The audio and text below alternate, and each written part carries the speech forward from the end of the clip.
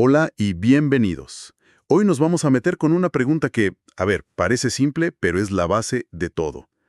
¿Cómo le encontramos sentido a un mundo que no para de cambiar? Es que es la gran pregunta. Los materiales que tenemos sobre la mesa proponen un choque de titanes, diría. Por un lado, una de las ideas más elegantes y poderosas de la filosofía para entender la historia como un proceso con lógica. Y por otro, la realidad caótica de nuestro siglo XXI, que parece, no sé, reírse de cualquier intento de predicción. Totalmente. Vamos a empezar con esa idea clásica de buscar lo permanente, lo que no cambia. Después nos metemos de lleno con el método dialéctico de Hegel. Exacto. Que es una forma de encontrarle, digamos, un orden al cambio. Y después vamos a poner a prueba ese mismo método. Ahí se pone bueno.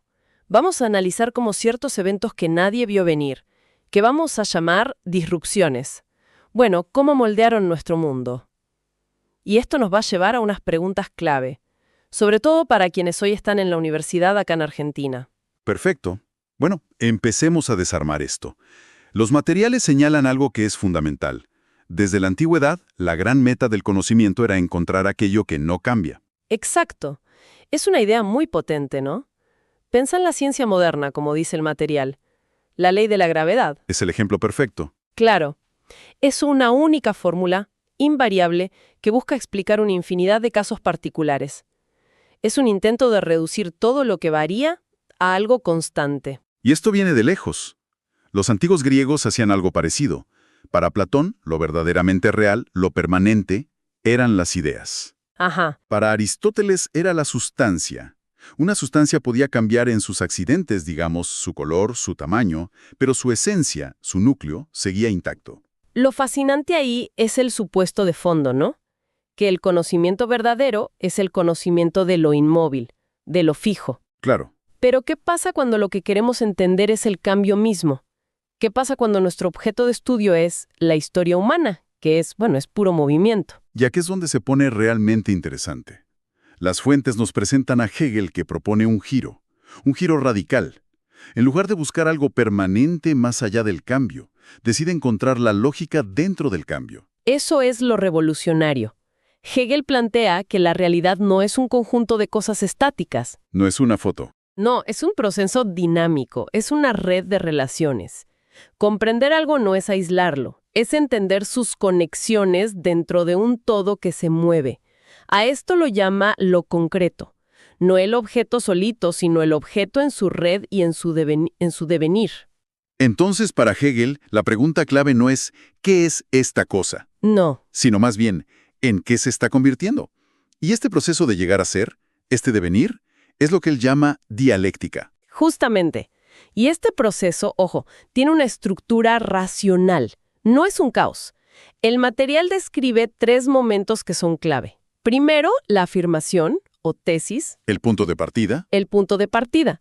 Una situación, una idea, lo que es en sí. Ok, pero esa situación, imagino, nunca es perfecta. Siempre genera tensiones, inevitablemente. Y de esas contradicciones surge el segundo momento, la negación o la antítesis. Es lo opuesto, es el conflicto, es un salir fuera de ese momento inicial. Entiendo. Pero si nos quedáramos ahí, en la pelea pura entre tesis y antítesis, sería un caos sin fin. Ahí está la magia del sistema de Hegel. El conflicto se resuelve en un tercer momento, la superación o la síntesis, que es la negación de la negación. O sea, no es una simple vuelta al inicio. Para nada. Resuelve el conflicto, pero no es que uno gana y el otro desaparece. Conserva elementos de los dos, de la tesis y de la antítesis, y los integra en una unidad nueva y superior. El ejemplo de la Revolución Francesa que trae las fuentes es clarísimo para esto. A ver, la tesis, el antiguo régimen, la monarquía absolutista, establecida, parecía eterna, la propia revolución, los ideales de libertad, igualdad, fraternidad, es la negación directa y violenta del orden anterior. Tal cual. Y entonces, la síntesis es la era de Napoleón.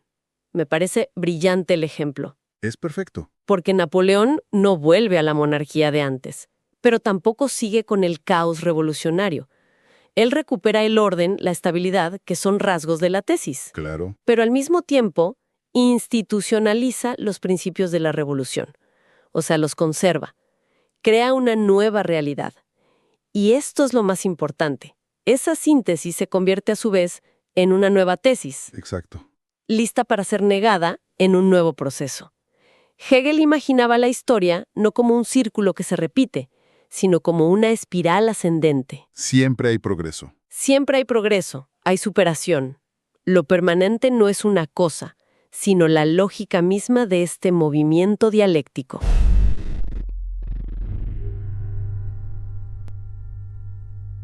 Es una idea, la verdad, muy elegante, muy ordenada. Pero, cuando miro el mundo hoy, no sé si veo una espiral tan prolija. No, para nada. Veo más bien un electrocardiograma, con picos y caídas por todos lados. Entonces, ¿qué significa todo esto para nosotros, hoy? El segundo material nos tira un desafío, potente. ¿Sigue siendo válido este modelo dialéctico, tan lineal y predecible, en nuestro mundo actual? Un mundo que es volátil, incierto, complejo. Esa es la pregunta del millón. Porque el proceso dialéctico, tanto en Hegel como después en Marx, sugiere una cierta previsibilidad, Claro, podés anticipar más o menos por dónde va a venir la cosa. tal cual. La tesis lleva a una antítesis y uno puede esperar una síntesis. Pero la historia reciente está llena de acontecimientos que nadie, pero nadie vio venir. Las fuentes los llaman disrupciones. Y los ejemplos que dan son impactantes. Pensemos en la ciencia. El descubrimiento de la penicilina no fue el resultado de una investigación lineal. Fue un accidente que transformó la medicina para siempre. Es que es increíble. Fleming no estaba buscando un antibiótico. No había una tesis que él estuviera negando. No. El tipo se fue de vacaciones, dejó un lío en el laboratorio. Y un hongo que le contamina un cultivo termina salvando millones de vidas. Es la antidialéctica. Totalmente. O Einstein, usando la geometría no euclidiana. Eso en su momento era un concepto matemático de nicho, casi un juego, y él lo usa para revolucionar la física. No fue el siguiente paso lógico y predecible. Fue un salto al costado. Exacto. Y en lo social, ni hablar. Los atentados del 11 de septiembre. El material destaca que muchos consideran que el siglo XXI empezó ese día, Sí, es una idea muy fuerte. por el cambio drástico e impredecible que generó en la política mundial, en la seguridad. No fue una síntesis de tensiones previas, fue un shock, una ruptura total. Y los ejemplos más recientes nos tocan todavía más de cerca. La pandemia de COVID-19. A ver, sí, hubo pandemias antes, pero esta, combinada con nuestra conectividad global, fue una disrupción masiva. Explotó todo. Hizo estallar el modelo tradicional del aula universitaria, las paredes físicas, el horario fijo, En una semana. de un día para el otro. Aceleró a la fuerza la educación online. De repente, el mundo se convirtió en el aula. Y también transformó la naturaleza del trabajo. El teletrabajo, los modelos híbridos. Y el último ejemplo es quizás la mayor disrupción de todas, la inteligencia artificial. La fuente lo dice muy bien, no es un simple juguetito tecnológico. Para nada. Está cambiando de raíz cómo pensamos, cómo trabajamos, cómo creamos. No fue la síntesis predecible de las tecnologías anteriores. Fue un salto cualitativo. Bueno, conectemos todo esto, porque no es un debate filosófico abstracto. Los materiales usan este contraste para plantear un desafío directo a los estudiantes universitarios en Argentina hoy. Claro, ¿qué hacemos con esto? La pregunta central es, ¿qué tipo de profesional se busca ser?